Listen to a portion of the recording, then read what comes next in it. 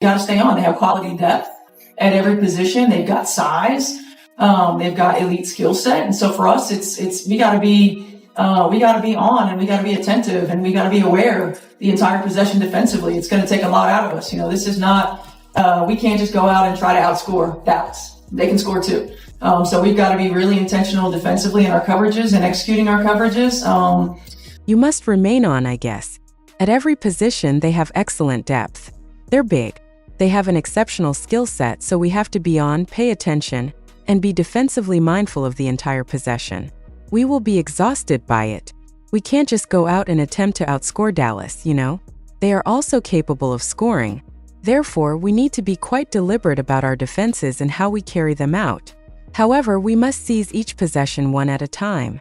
Okay, the green one. In professional athletics, trust is the hardest currency to get and the simplest to lose. If you believe that the Indiana Fever's home opener loss to a winning basketball team was the worst part of the weekend, you obviously didn't watch the post-game press conference, because what head coach Stephanie White said into a live microphone while seated on a podium on national television is currently going viral on all social media platforms. It's going viral because it's one of the most ridiculous, mathematically ignorant, and terribly troubling coaching remarks in the WNBA's recent history. The worst part was that she was utterly contradicted by her own franchise star, who was seated in the same chair moments later. As you watch WNBA pros, the comment area is a virtual tomb. The fans are enraged. We will reveal the reasons why millions of followers of Caitlin Clark are refusing to accept the pitiful justifications offered by the Indiana Fever organization. The rebellion is well sponsored. We will examine the specific quotations. After acknowledging the actual numbers, we will immediately get into the horrifying psychological reality of a front office that is frantically attempting to conceal an injury and a head coach who has completely lost the plot. The context of her speech is truly awful, so let's start with the viral quote that went viral on the internet. I believe it was the nervousness from the first game that caused it to start out a little slowly. I felt fine overall, though. Out there it felt quick. I had the impression that I was just a few baskets away from organizing a fantastic game and contributing to our victory. However, it is clear that our offense is not the problem. The Indiana Fever just lost a thrilling overtime game to the Dallas Wings, giving up points in their own building, but we're fine offensively, and there are still a lot of things we can do better. Aaliyah Boston, Kelsey Mitchell, and Caitlin Clark, your big three, combined for points. They presented you with an offensive masterpiece. And this is precisely what head coach Stephanie White remarked when questioned by the media about the difficulty of playing the Dallas Wings. We can't simply go out and attempt to outscore Dallas. They are also capable of scoring. We must therefore take a very deliberate defensive stance. I want you to think about that sentence for a long time. We can't simply go out and attempt to outscore Dallas. Are you serious? Are you deliberately attempting to disparage Fever Nation's intelligence? The best offensive engine and playmaker in women's college basketball history is Caitlin Clark. Kelsey Mitchell, a shooting guard for the NBA's first team, recently struggled to score. One of the best interior scorers is Aaliyah Boston. The foundation of your multi-million-dollar company strategy and your entire franchise identity is the idea of outscoring the opposition. You have no idea what roster you are coaching if you are the head coach of the Indiana Fever, and you sincerely think that you cannot outscore a team that won games the previous season. It is the same as the Kansas City Chiefs head coach turning to the camera and saying, "Well, we are not going to be able to throw the football with Patrick Mahomes, so we just have to play better defense." However, you don't have to believe me. A few minutes later, Caitlin Clark took the microphone, and let's hear what she had to say. Our offense is obviously not the issue. We are perfectly fine on offense, Caitlin Clark stated, turning to face the media. Definitely at odds with her own head coach. A shootout terrifies Stephanie White. However, Caitlin Clark is mathematically aware that when three players score points, the offense is successful. But let's be totally impartial and fair in this situation. Since we call it down the middle on this channel, let's logically assess Stephanie White's defending statement. On paper, White is right about the Dallas Wings in terms of overall basketball philosophy. Latricia Trammell, the head coach, or Jose as White referred to her, is in charge of an excellent system. Elite players are on the move for the Wings. Aribo and Paige Buchers are outstanding scorers. You must be deliberately defensive. It is reasonable to have a defensive mindset, yet accomplishments and defensive ideologies do not make the scoreboard disappear. At home, you lost points. Your defensive strategy is ineffective when the opposing guards appear to be practicing a layup drill in an empty arena, regardless of how much you talk about executing coverages during the press conference. With all three of those players and the rest of our core back together on the floor, Stephanie White learned how teams will play differently against us, but instead of accepting responsibility for that failure, she fully shifted the blame once more. Thus, we had to exercise patience during that procedure. We live in a world where quick gratification is the norm. Right now, everyone wants everything. However, I believe that during this process we extend grace to one another and to ourselves.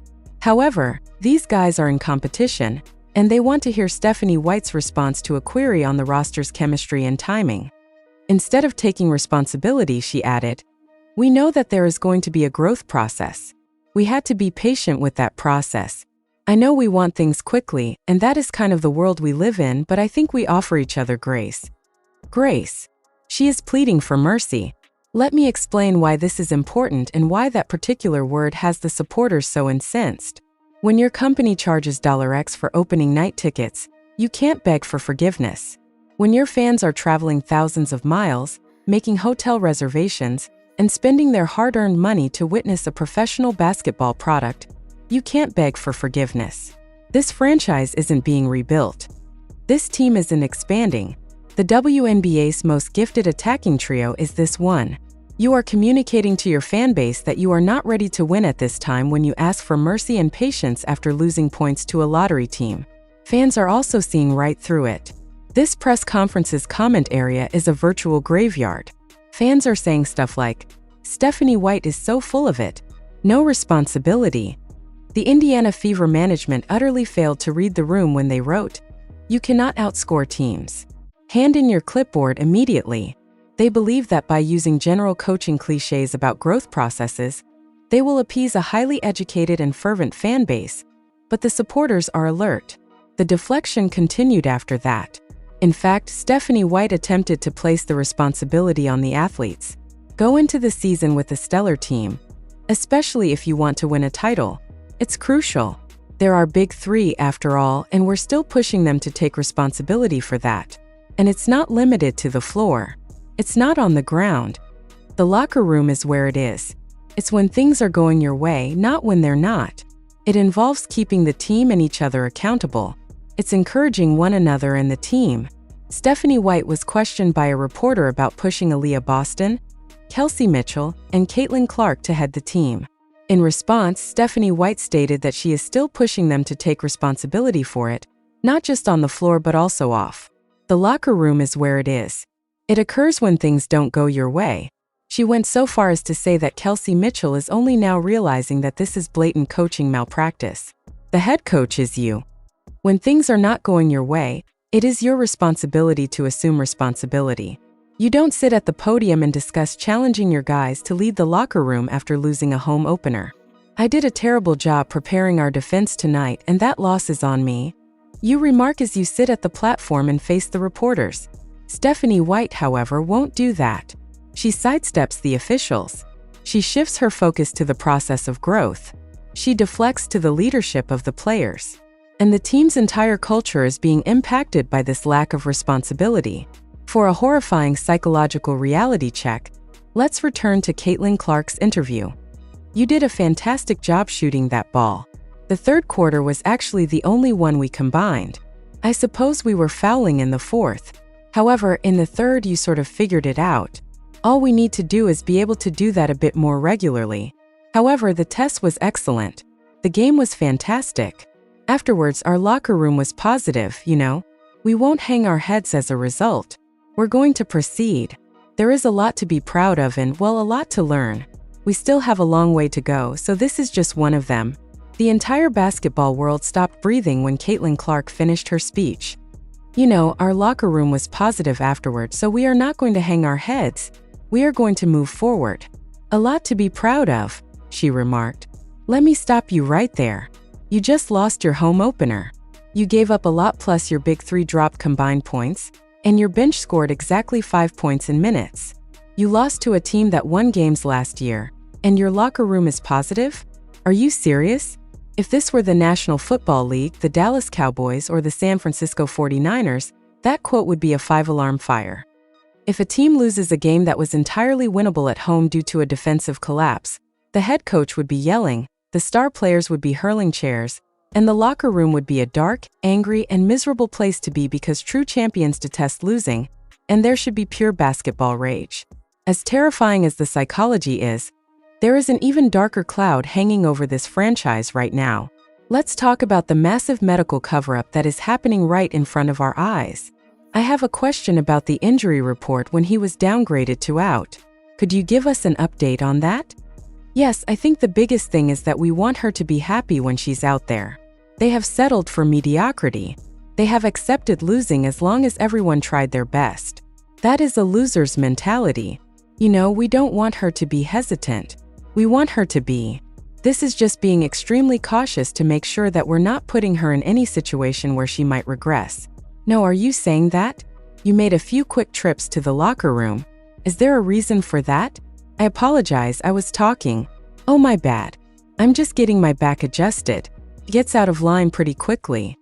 While the media approached Stephanie White about the injury report, White delivered a very prepared, PR-friendly response saying, "We want her to be 100% when she is out there. Other than that, I feel terrific. To ensure that we are not placing her in a situation where she could regress, we are being extremely cautious." Caitlin Clark sat at the same stage and unintentionally revealed the horrifying reality, but she made it sound like minor routine maintenance. "Nothing to see here, folks. Just getting my back adjusted," Caitlin said in response to a reporter who inquired about her brief visits to the locker room tunnel. "I simply need to put my back in place a little bit because it slips out of alignment fairly quickly. Let that sink in. Gets out of line pretty quickly. Getting my back put back in place." Caitlin Clark, a generational elite athlete in the prime of her physical life, is years old. Since when does a 1-year-old have a spine that needs to be manually realigned in the middle of a basketball game? The fan base has absolutely no reason to trust the front office on this issue because they have not forgotten the great deception of the 5 arduous months when the feverish medical staff strung the entire fan base along with vague day-to-day injury reports about a groin issue while parading an injured superstar around the country just to sell tickets. Muto, you lied to the fans once. You do not get the benefit of the doubt ever again. The rebellion is fully funded, and the fans are wide awake. This is not a channel that will just blindly support the team when they gaslight us. The Slurp fan club can go ahead and pretend that everything is fine. They can believe Stephanie White when she demands grace. They can celebrate a positive locker room after a humiliating loss. However, we do not slurp on WNBA Pro. We call it exactly down the middle. The general managers already rejected Stephanie White in the annual survey, giving her 0 votes for the best coach. The fans are economically rejecting her. We demand accountability. The Indiana Fever still have games left in the season. If Caitlin Clark's back is already requiring mid-game mechanical realignment, if the defense is already losing points every night, and if the head coach is already waving the white flag and saying we cannot outscore teams, this season is going to be an absolute unmitigated disaster. You cannot manage a billion-dollar asset with a minor league mindset. I want you to flood the comments section right now. What was your initial reaction when Stephanie White stated that the team cannot outscore opponents? Are you afraid of Caitlin Clark's back getting out of line? How do you feel about a locker room after losing a home opener? The season is officially here, so hit the notification bell and hit the subscribe button if you want the unadulterated truth that strikes a balance between real basketball reasoning and the raw emotion of the fan base. I want every single opinion down there. The receipts are formally being collected, and the drama is at an all-time high. I'll see you on the court.